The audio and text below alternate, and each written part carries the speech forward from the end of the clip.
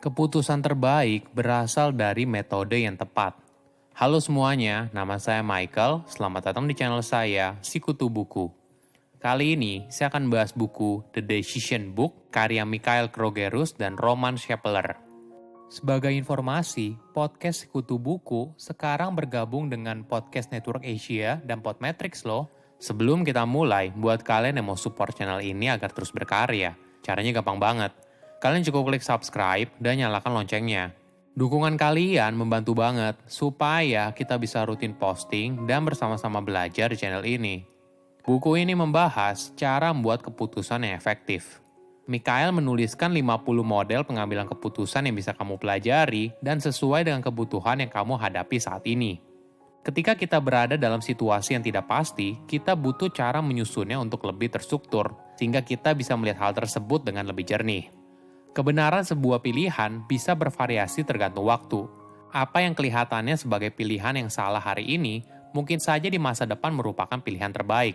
Semua tergantung pada lini masa yang kamu lihat. Saya merangkumnya menjadi 3 hal penting dari buku ini. Pertama, cara meningkatkan kemampuan diri. Untuk membuat keputusan yang baik, semua harus dimulai dari diri sendiri. Kamu harus punya cara pikir yang tepat, sehingga hal ini akan membantu kamu dalam mengambil keputusan.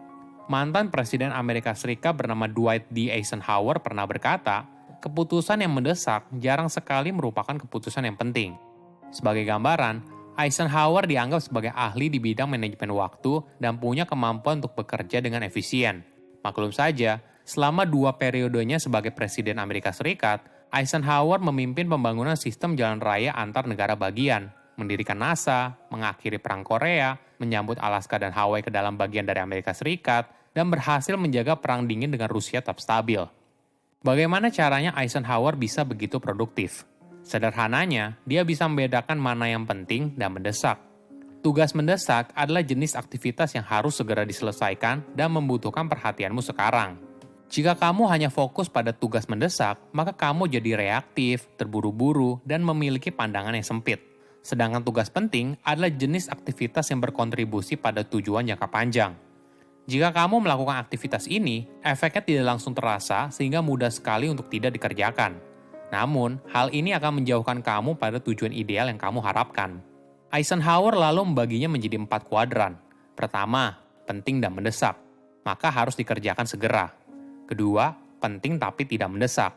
Tentukan kapan waktu untuk mengerjakannya. Ketiga, mendesak tapi tidak penting. Delegasikan tugas ini kepada orang lain. Keempat, tidak penting dan tidak mendesak.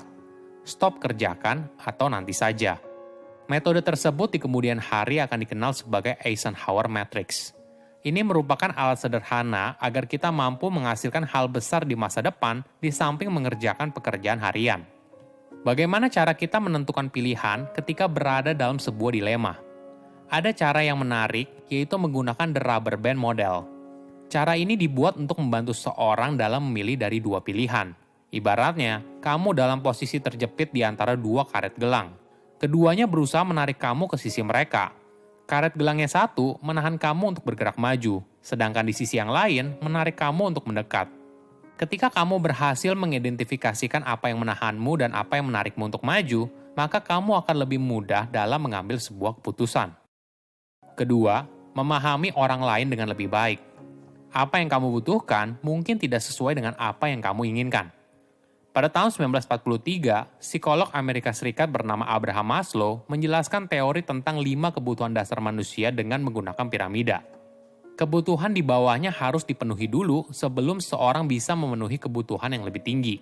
2 kebutuhan dalam piramida paling bawah yaitu fisiologis dan keamanan. Kebutuhan ini disebut sebagai kebutuhan dasar. Untuk bertahan hidup, manusia perlu memenuhi kebutuhan fisiologisnya yang berarti sandang, pangan, dan papan. Barulah dia memenuhi kebutuhan akan rasa aman dan terhindar dari bahaya.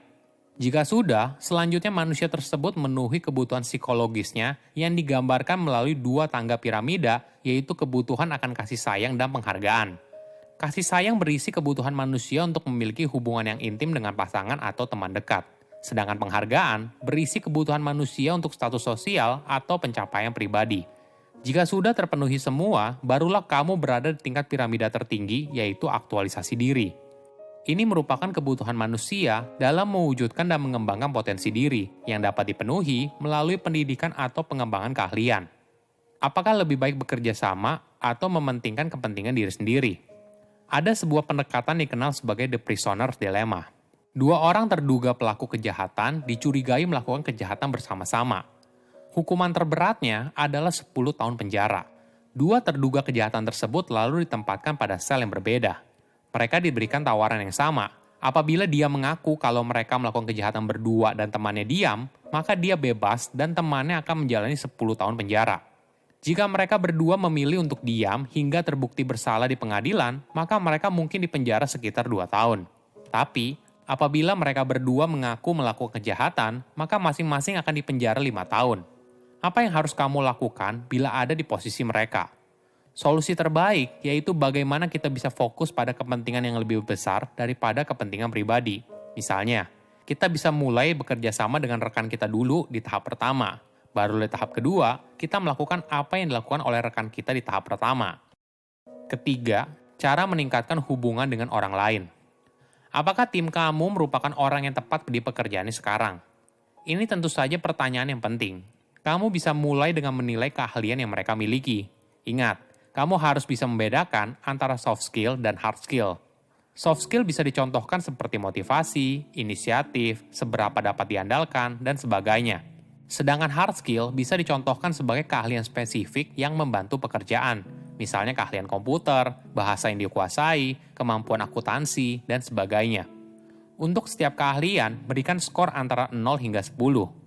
Tentukan skor minimal yang harus dikuasai orang tersebut untuk pekerjaan yang dijalaninya sekarang. Misalnya, anggota tim kamu harus memiliki keahlian berbahasa Inggris minimal 6. Nah, sekarang nilai anggota tim kamu berdasarkan skor tersebut. Dari penilaian ini, kamu jadi bisa mengukur kekuatan dan kelemahan setiap anggota tim. Namun perlu diingat, tim yang baik tidak berisi dengan keahlian orang yang mirip. Namun, berisi berbagai tipe orang dengan keahlian berbeda sehingga menghasilkan hasil yang luar biasa. Ingat, setiap karyawan butuh pendekatan yang berbeda, tergantung dari tingkat keahlian yang dimilikinya. Kamu bisa menggunakan Hersey Blanchard Model atau yang biasa dikenal sebagai kepemimpinan berdasarkan kondisi. Pertama, instructing. Ketika karyawan baru atau fresh graduate mulai bekerja, mereka butuh kepemimpinan yang kuat. Saat itu, biasanya karyawan memiliki motivasi kerja yang tinggi, tapi tingkat keahlian mereka masih rendah. Dalam kondisi tersebut, karyawan harus diberikan perintah dan instruksi yang jelas. Kedua, coaching. Di fase ini, tingkat keahlian karyawan sudah meningkat. Namun, karena tingkat stres yang mulai naik dan euforia bekerja sudah turun, maka tingkat motivasinya juga ikut turun. Di fase ini, seorang pemimpin harus fokus membimbing dan mengarahkan, biarkan mereka yang menemukan jawabannya sendiri. Ketiga, supporting. Di fase ini, tingkat keahlian karyawan sudah jauh meningkat. Namun, tingkat motivasinya bisa bervariasi, entah sudah turun jauh hingga akhirnya mereka demotivasi, atau malah sudah mengundurkan diri, atau malah naik lagi, karena diberikan kebebasan untuk berkarya. Misalnya, karyawan diberikan kesempatan untuk memberikan ide atau saran bagi perusahaan. Keempat, delegating. Di fase ini, karyawan diberikan kontrol penuh atas kerjanya. Tingkat motivasinya juga tinggi, mereka diberikan kebebasan untuk proyek yang mereka jalani dan cara memimpin tim. Jika sudah begitu, kamu tidak perlu banyak ikut campur. Asalkan arahan besarnya jelas, mereka mampu bekerja dengan baik. Setiap hari, kita pasti membuat keputusan dari hal kecil hingga hal besar. Dengan metode yang tepat, maka kita mampu mengambil keputusan terbaik.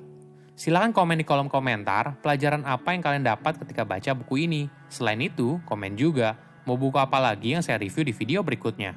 Saya undur diri, jangan lupa subscribe channel YouTube Sikutu Buku. Bye-bye.